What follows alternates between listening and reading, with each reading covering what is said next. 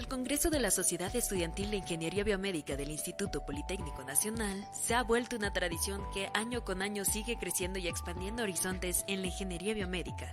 Por ello, estamos orgullosos de presentarlo en su tercera edición, Un héroe en todos nosotros. Bienvenidos.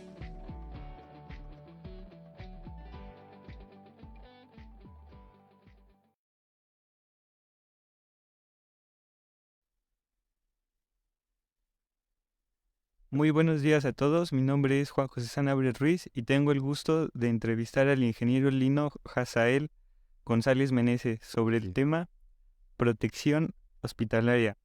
Lino Hazael Meneses es ingeniero biomédico por parte de la Universidad Autónoma Metropolitana de la Unidad Iztapalapa.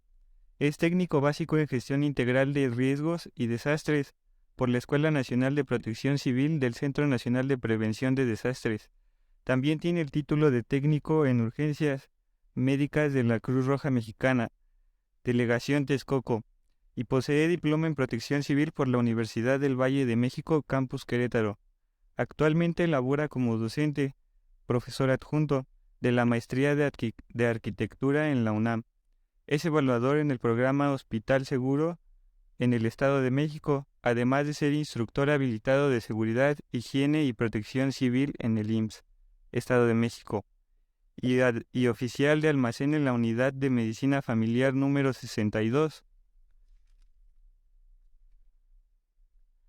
Tiene experiencia en las áreas de ingeniería clínica, gestión de riesgos y desastres, seguridad e higiene hospitalaria, protección civil hospitalaria, seguridad e higiene industrial y atención médica prehospitalaria, además de tener una publicación titulada Propuesta para el aumento de la capacidad de atención en caso de emergencia sanitaria de un hospital de segundo nivel.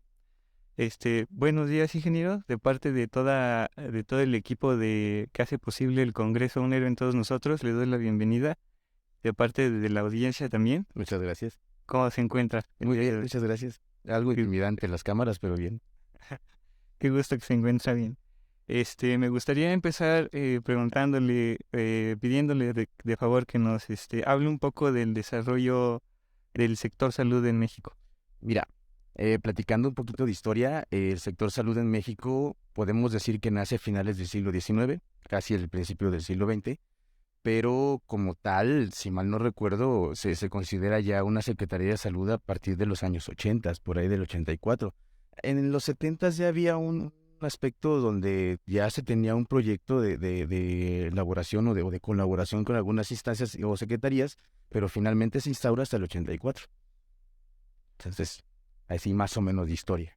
Ok, y bueno, más o menos en esto de la historia del hospital, más o menos cómo se fueron formando los niveles de atención a través de todo este lapso de tiempo, desde donde empezó hasta ahora.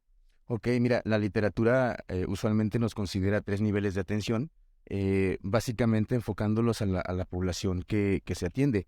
Pero en últimos años, estoy hablando de más o menos como 15 o 20 años más o menos, no sé exactamente el dato, estamos hablando también de un cuarto nivel de atención, donde el primer nivel de atención trabajamos o atendemos al a la población más general, ¿no? O sea, enfermedades muy comunes como influenza o algunos seguimientos externos a lo que vemos, es el grueso de la población.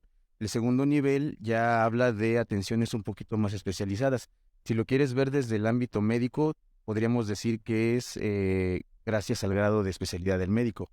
El área de la primer nivel de atención, que desde el punto de vista más clínico es para mí, más importante, habla más de medicina familiar, un ámbito donde tendrías que revisar la población que está aledaña al paciente y ver todo lo de él. Cuando hay una situación donde ya no se puede atender en el primer nivel, como médicos generales o médicos familiar, estamos hablando ya de especialidades médicas. Eso ya es un segundo nivel de atención, donde tenemos, por ejemplo, cirugías, partos, atenciones más específicas como hospitalarias u hospitalarias al trauma, etcétera, etcétera. Cuando ya tienes una situación donde los médicos especialistas no pueden trabajarlo, por ejemplo, una apendicectomía, que eso es lo común en un hospital, o un parto, una cesárea, que es algo muy común.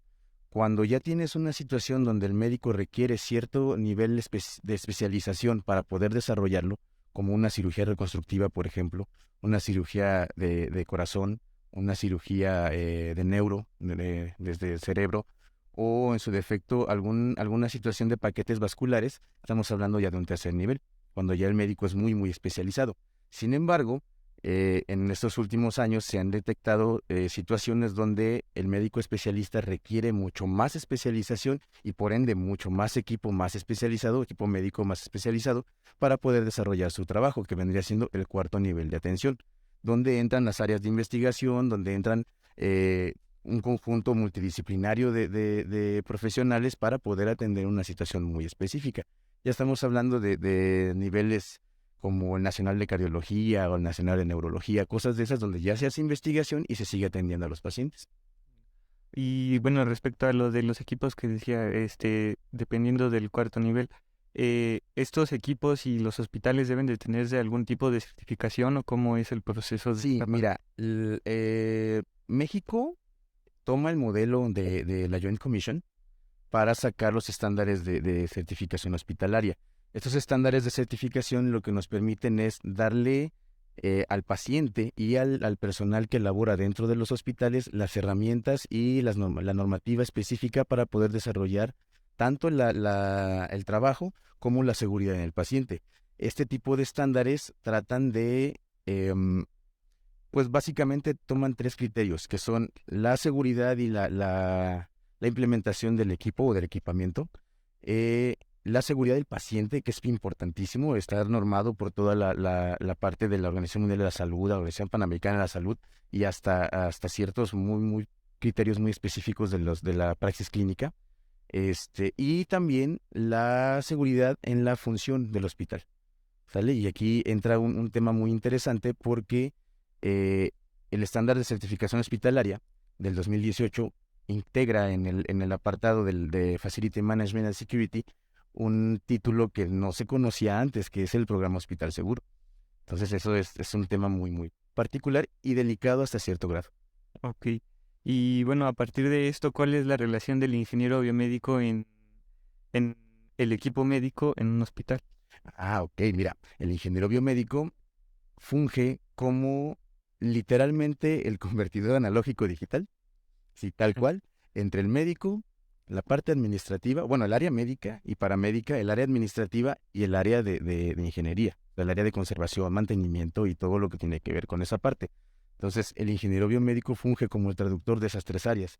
Yo veo las necesidades que tiene el área médica, trato de negociarlas con el área administrativa correspondiente y trato de apegarlas a los procesos de ingeniería para poder desarrollar una función bastante compleja y completa dentro de la multidisciplinaridad del hospital, todo en pro del paciente. Ok, y entonces podría decirse que un ingeniero biomédico podría, bueno, yéndose un poquito más arriba, podría ser auditor de hospitales, certificar los hospitales, Pues es parte administrar del los trabajo. hospitales. Sí, es parte del trabajo. Mira, afortunada o desgraciadamente, tiene poco que en la Ley General de Salud ya estamos considerados dentro de las praxis, o bueno, de las profesiones médicas. Antes nos consideraban dentro del área técnica, entonces no había mucho que hacer, o sea, te quedabas nada más en la parte técnica y no pasa nada. Sin embargo, si mal no recuerdo, a partir del 2021, en la última reforma que hubo a la Ley General de Salud, ya el ingeniero biomédico se considera como parte de las profesiones de la salud y por lo tanto ya entra en un asunto de auditoría médica. Por lo tanto, necesitas tener mucha capacitación constante y mucha, tanto experiencia en campo como experiencia en investigación, y no solamente en investigación en laboratorio, o sea, el chiste es estar en constante capacitación y retroalimentarte de todos los demás compañeros con los que laboras, de la parte legal, de la parte administrativa, de la parte médica, o sea, y todo eso te da las herramientas para poder apoyar en las partes de certificación y auditoría. Y bueno, regresándonos un poquito a lo de los equipos médicos, ¿nos podría platicar un poco más de los estándares que deben de tener para poder estar en un hospital y la certificación?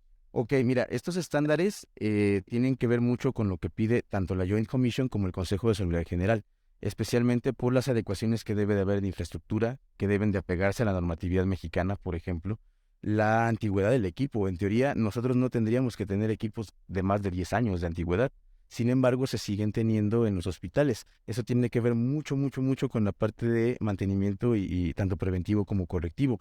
Y también con las nuevas tecnologías. Por ejemplo, a mí no me sirve tener una máquina de rayos X en estos días que todavía tenga sistema de impresión de placa húmeda, por ejemplo. Aparte de que es muy costoso, es demasiado peligroso por el tipo de solventes y el tipo de sustancias que se manejan. Entonces, ese tipo de detalles son los que se deben de considerar y actualmente hay muchísima información junto con datasheets muy, muy actualizados que te permiten tener ese ámbito perfectamente cubierto.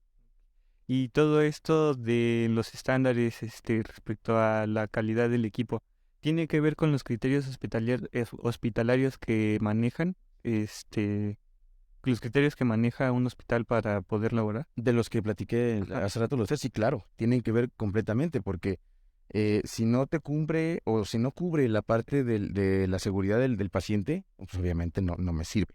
Si no cubre la parte de la protección a la funcionalidad, o sea, si el equipo me va a entorpecer más de lo que me va a ayudar al proceso de diagnóstico y o tratamiento, tanto terapéutico como no terapéutico, entonces no me sirve.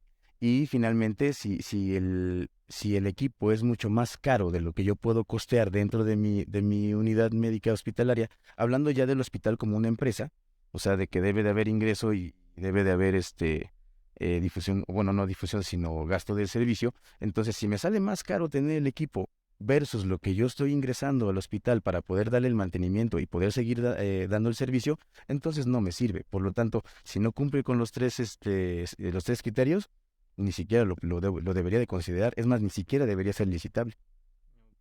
Y bueno, por ejemplo, ayer en una ponencia estábamos hablando sobre que llegó equipo médico, a un hospital, a una clínica. Sin embargo, lo regresaron porque no sabía no sabían cómo se tenía que manejar, cómo se tenía que utilizar. Entonces, ¿cómo interviene el ingeniero biomédico en esta parte? Ah, ok, mira.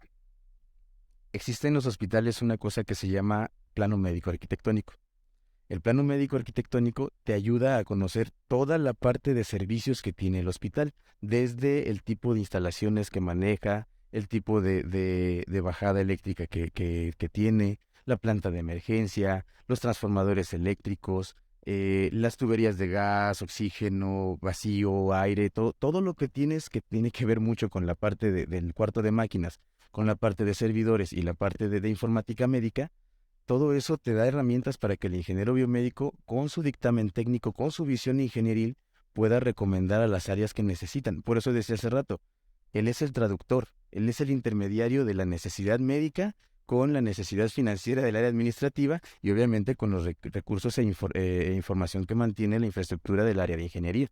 ¿Vale? Entonces, sí, claro, es un pilar para poder determinar ese tipo de equipos. Imagínate que yo necesito un tomógrafo y que mi hospital solamente tiene bajada de 120, o sea, tiene solamente una fase, y el equipo necesite dos fases, y que además tenga un sistema de conversión europeo. No lo voy a poder utilizar en mi hospital, ¿vale? Entonces tendría que hacer una investigación y de ahí finalmente una reinversión para poder tener toda esa necesidad que requiere el equipo para poder funcionar. Entonces, a veces el criterio tiene que ver mucho con la necesidad del médico y qué tan costeable es. O sea, insisto, si me sale más caro tener el equipo que lo que me está beneficiando a mis pacientes, mejor ni siquiera lo considero. Por muy tecnología de última punta que sea, o sea, si no me es costeable, no puedo. Ok. Y bueno, yéndonos un poquito a más casos reales, ahorita con el caso de la epidemia de meningitis que se desarrolló en el norte del país, este, el ingeniero biomédico, ¿qué es lo que podría haber hecho o qué se hace en esos casos? Ay, ok, el ingeniero biomédico es un pilar muy importante porque es la parte del soporte técnico. O sea, finalmente la parte de todo lo que tiene que ver con epidemias, obviamente lo ve la epidemiología médica, vaya, o el área de epidemia. Sin embargo, ellos son los que empiezan a requerir o bueno, empiezan a solicitar las necesidades que van a ocupar en esa situación. En el caso de meningitis, por ejemplo, va a llegar un punto en el que el paciente va a requerir ser intubado, va a requerir estar con monitoreo constante, va a requerir mucho equipo en el cual se esté monitorizando, pero a lo mejor a la distancia. O sea, no puedo tener ahí al paciente, especialmente si son situaciones muy contagiosas. Es de alto riesgo para el personal médico estar mucho tiempo cerca del paciente. Y especialmente si no trae el equipo de protección personal adecuado. Entonces, chamba del ingeniero biomédico es apoyar al área médica en cualquiera de los casos para poder adquirir la mejor señal que se pueda en ese momento para poder facilitar su praxis médica, vaya. O sea, no tener todo el cablerío aquí, obviamente. Y también para poder darle continuidad sin necesidad de que haya, bueno, hace rato lo platicaban de ruido, ¿no? Por ejemplo. Esos detalles son muy importantes en este tipo de situaciones. Tener ruido en una instalación eléctrica o que el equipo esté metiendo señales que no deben de ser, puede hasta degradar el tratamiento que le da al paciente y eso puede derivar hasta en un fallecimiento, ¿no? Y eso es muy delicado porque, insisto, ya no solamente se voltea a ver al área médica, el ingeniero biomédico ya está involucrado y tiene parte de responsabilidad tanto ética como responsabilidad legal. Ok, entonces podría decirse que el ingeniero biomédico, en este caso se encarga del diseño del hospital y la distribución de las áreas. Es parte vital pues, del diseño y del diagnóstico. Todo lo que es el análisis de riesgos y especialmente lo que nosotros conocemos como el levantamiento, conocer el área antes de que se empiece a trabajar, te va a dar una visión muy grande de qué es la necesidad del área médica. Un hospital de trauma no es lo mismo que un hospital de cardiología. No tiene las mismas áreas que un hospital de ginecobstetricia. O sea, son muy específicos. Un hospital general de zona, por ejemplo, hablando del IMSS que tiene muy específicas sus áreas, un hospital general de zona no tiene los mismos servicios que un hospital general regional o que una UMAE, que es una unidad de médica de alta especialidad. ¿A qué me refiero? El Hospital General de Zona número 60, que es de ginecobstetricia, que está en Tlalnepantla, no tiene los mismos servicios ni el tamaño que el Hospital General de Zona 197 en Texcoco, que tiene 200 camas sensables, y obviamente es mucho más pequeño que La Raza, por ejemplo. La Raza es una unidad médica de alta especialidad que tiene muchos complejos y es un monstruo. Entonces, ese tipo de visión es la que se necesita el ingeniero clínico como tal para poder saber las necesidades tanto del área médica como de la administrativa y poder hacer el diseño de las áreas conforme a la necesidad de la población. Ok. Y bueno, vemos que tiene un escudo de protección civil. Entonces, nos platica un poquito más, respecto a su trabajo en protección civil. Ok, mira, yo me dedico a la parte de evaluación de hospitales. Yo implemento los programas de hospital seguro en las unidades médicas en la parte de análisis no estructural o seguridad no estructural. El programa Hospital Seguro maneja 4 partes o 4 capítulos, en la cual la primera te habla de dónde está ubicado el hospital, en la parte geológica, los fenómenos hidrometeorológicos a los que está expuesto, los antropogénicos, o sea, qué problemas puede tener el hospital hacia el exterior que pueda generar su falta o bueno, sus problemas a la atención médica.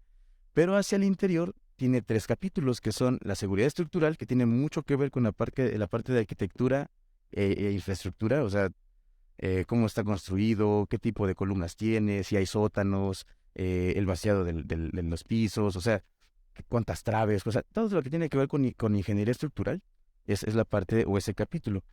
El segundo capítulo, que es seguridad no estructural, tiene mucho que ver con los terminados, con los sistemas y servicios y obviamente con el equipo médico. Por eso esa parte de la seguridad no estructural es donde yo participo.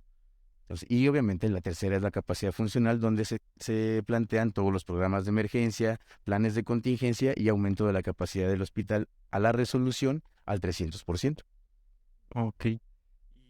Bueno, ahorita lo que estábamos, bueno, en su semblanza mencionamos que es almacenista de la unidad de medicina familiar.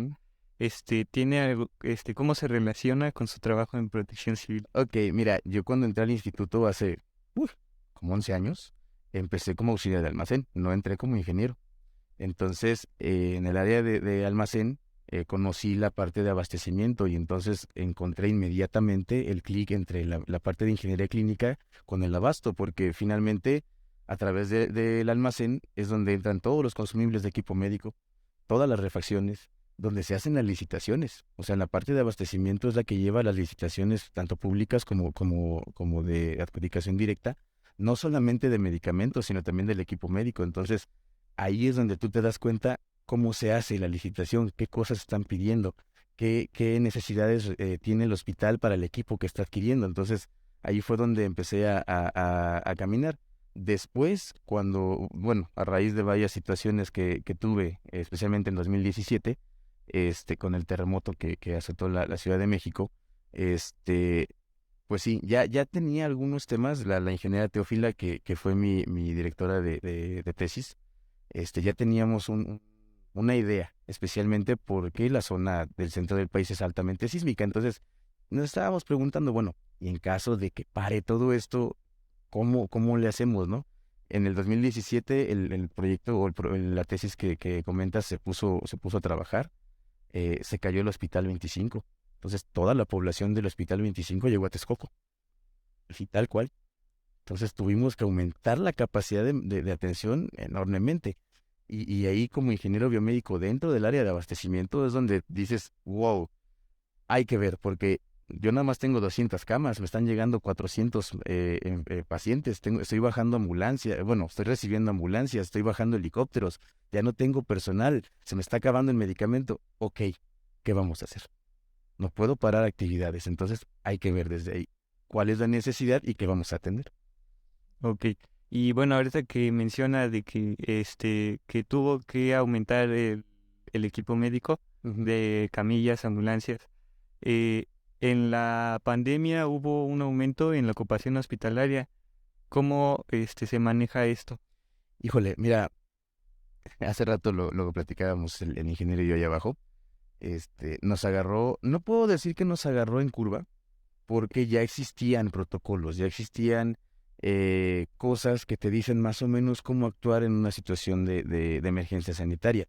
Sin embargo, creo que la pandemia nos demostró que no podemos sentarnos en los laureles, ¿no? No podemos dejar de estar analizando y viendo, porque finalmente todo el tema tiene que ver con el aumento de la población. O sea, no hay infraestructura que aguante, no hay presupuesto que aguante, no hay equipo que aguante si tú no consideras el aumento de la población, ¿vale?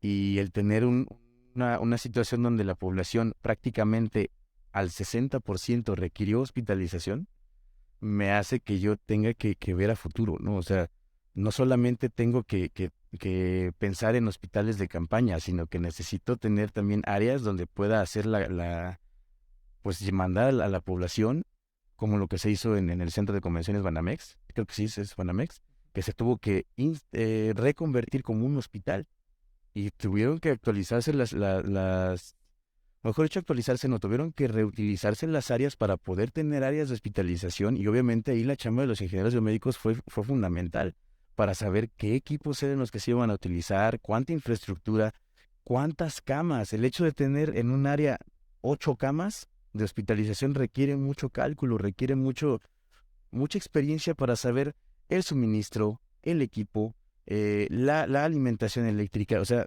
es una chambota, es una chamba de análisis muy, muy delicada y que creo que la pandemia nos está demostrando que sí estamos en pañales para algunas cosas, ¿eh? Sí, bueno, hay hospitales en donde no se tenía los dispositivos y el equipo médico para dar un tratamiento correcto. Entonces, ¿qué fue lo malo que usted identificó en estos hospitales? Mira, los hospitales viejos, y te estoy hablando viejos de antes de los 90, tienen un pequeño detalle que es que al cálculo para protección de las áreas y de los equipos que están dentro del cuarto de máquinas, y eso es uno de tantos, no estoy agarrando nada más un ejemplo. Uno de esos detalles es que está calculado al 90%. O sea, mi suministro de oxígeno al total del hospital va a ser solamente al 90% para no forzar la máquina, para no forzar la compresora, porque si llega a forzar la compresora y truena, no tengo modo de mandar más suministro al hospital. Entonces tendría que atender a través del manifold con puros tanques portátiles. Andar corriendo por el hospital con tanques portátiles por todos lados no es la cosa más pragmática del mundo. Sin embargo, llegó a pasar. Llegó a pasar que ya con la ocupación hospitalaria al 100%, teniendo el 100% de suministro de oxígeno, se me caía la presión de los ventiladores. Y hay muchos equipos modernos que si no tienen la presión necesaria, se desconectan por seguridad del paciente, se apagan. Entonces, imagínate. Entonces, en conclusión, ¿usted determinaría que el ingeniero biomédico interviene tanto como en el dispositivo y equipo médico como en la administración? ¿Y qué más dijo, perdón?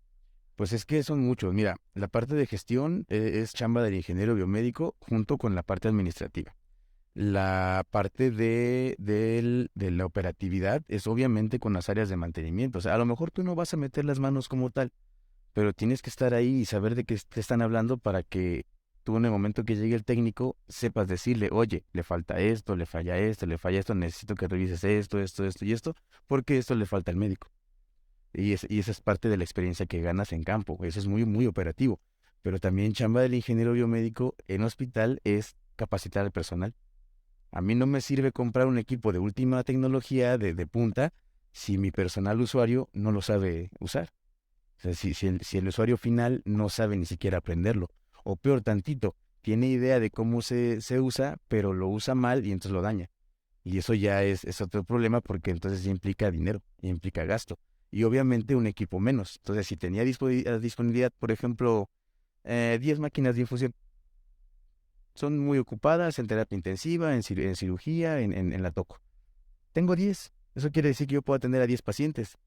Pero por mal uso, ya molé una, pues ya no son 10 pacientes, ya son 9. Entonces, reduzco mi capacidad de atención. ¿Estamos de acuerdo? Entonces, es importante la actividad del ingeniero biomédico también en la parte de enseñanza. El estar actualizando a los estudiantes de enfermería, a los estudiantes de medicina que son internos, residentes, o en su defecto, a los que están en la pasantía también.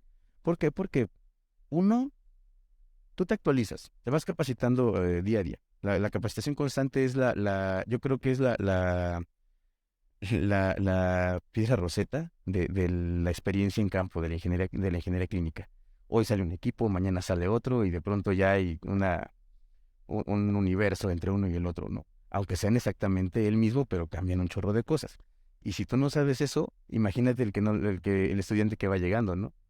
Dale al interno el ventilador, ya, conéctalo. No, pues espérate.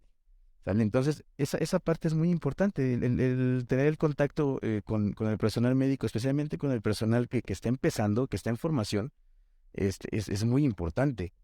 Aprendes a hablar otro idioma y aprendes a tener ese contacto humano. Estamos muy acostumbrados a usar máquinas, pero allá adentro quiero ver al ingeniero biomédico corriendo en un arribo masivo de pacientes con todas las enfermeras y todos los médicos en el área de urgencias. A ver si es cierto, que muy ingeniero. A ver, a ver. ¿Nos platicaría alguna anécdota de su trabajo respecto a esto? Híjole, mira, me tocó una situación donde no me acuerdo el año, creo que fue 2017, 2016, no me acuerdo. Yo estaba en Texcoco, estaba haciendo mis prácticas del diplomado. Entonces, nos llegó un arribo masivo de pacientes. Entonces, cosa muy curiosa, era un convoy de una escuela que llevaban a niños a Teotihuacán y se volteó.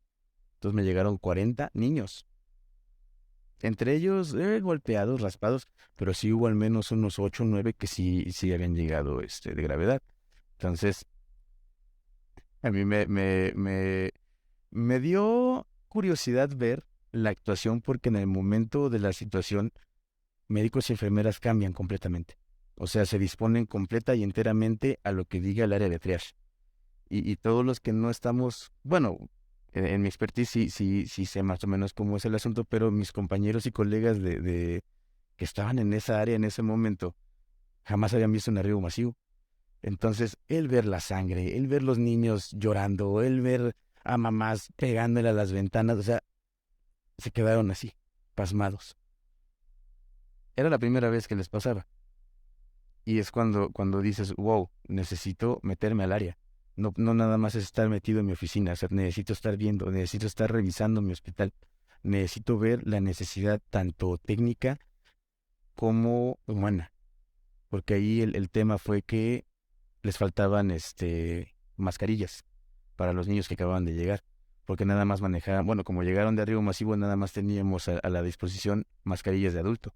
Y eran niños, entonces pues no embonaban, no nada, se les salía el oxígeno, o sea, era un relajo. Entonces, tener la cabeza fría en ese tipo de situaciones y el tener la expertise de decir, hay que hacer esto, y él tiene algo que hacer, ella tiene algo que hacer, ellos dos tienen algo que hacer, y mi lugar es como la parte de soporte si quieres, o como la parte de apoyo técnico, hace que el engranaje dentro de un hospital trabaje perfectamente.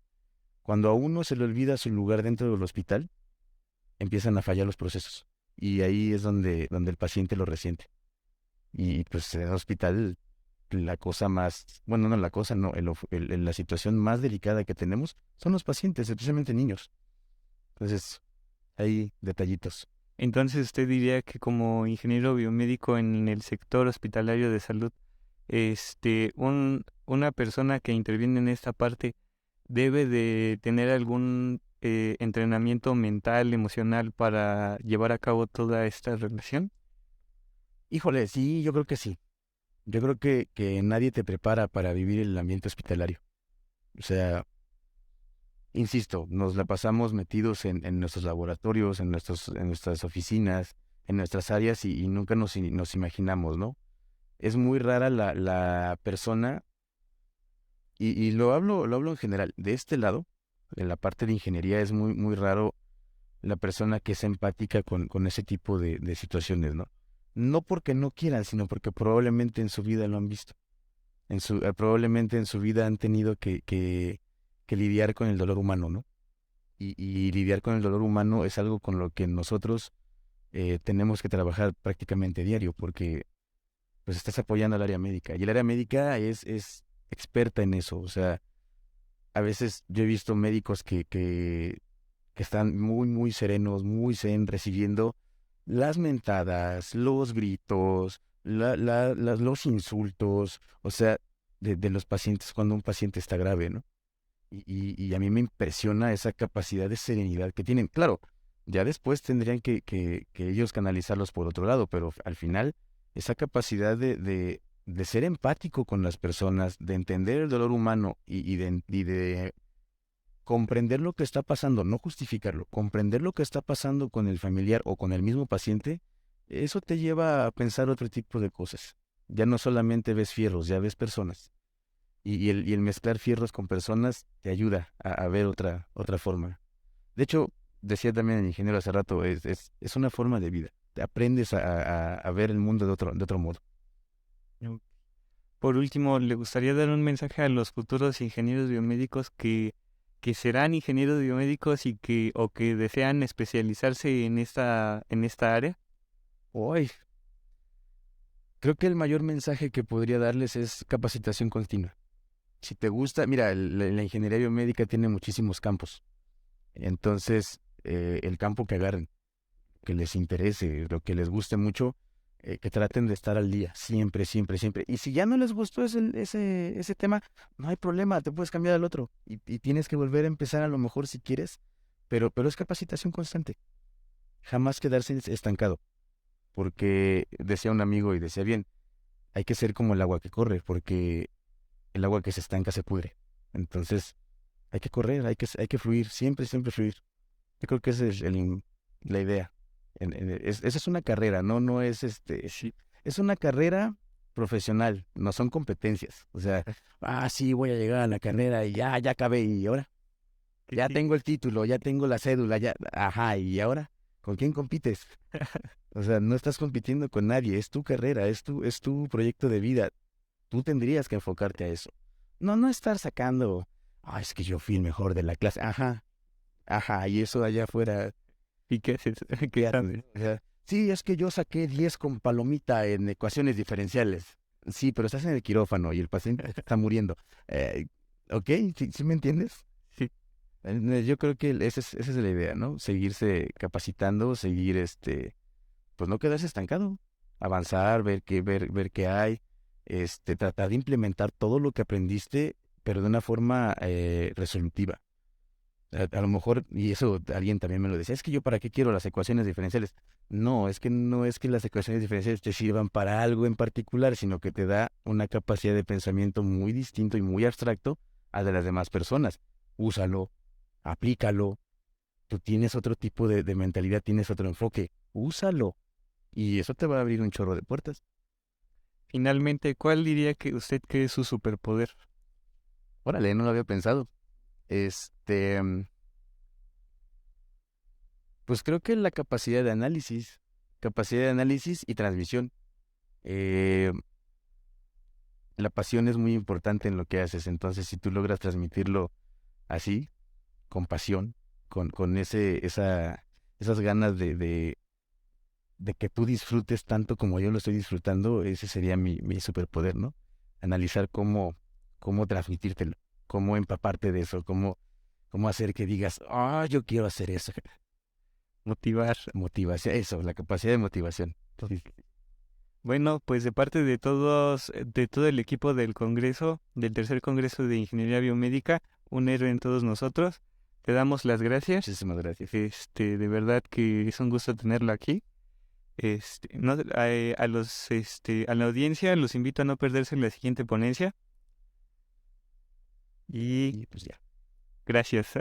Gracias por la invitación.